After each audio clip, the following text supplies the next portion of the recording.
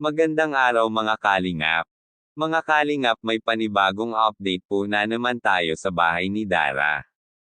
Pero bago po yan, kung bago lang po kayo sa channel ko, baka pwede po naman pa-like and subscribe my channel para lagi po kayong updated sa aking mga videos, at huwag din po natin kalimutan na suportahan ang ama ng kalingap na si Val Santos Matubang at Kalingap Rob Matubang, pati na rin ang mga viewers. Maraming salamat po.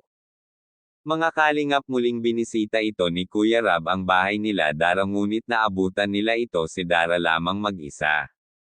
Saan kaya ito si Bea? Kaya napatanong ito si Kuya Rab kung saan ang kanyang kapatid. Yun nga daw, nauna na ito pumasok sa eskwela.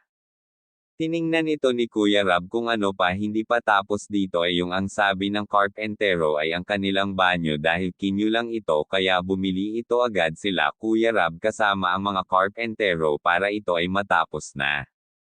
Tinanong pa ito ni Kuya Rab kung masaya ba si Dara sa kanyang bahay. Sabi nga ni Dara sobrang saya niya. Sinabi din ito ni Dara na palagi na tumatawag at nanunood ang kanyang tatay sa kanila, maging ang kanyang tatay ay excited at nagpapasalamat kay Kuya Rab.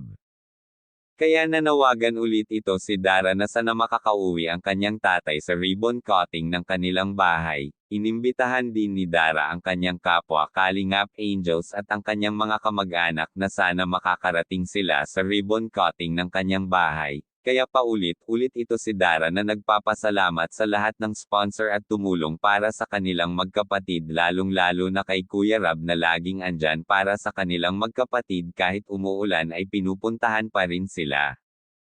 Kaya hanggang dito ang mga kalingap, maraming salamat po. Thank you for watching and God bless us all.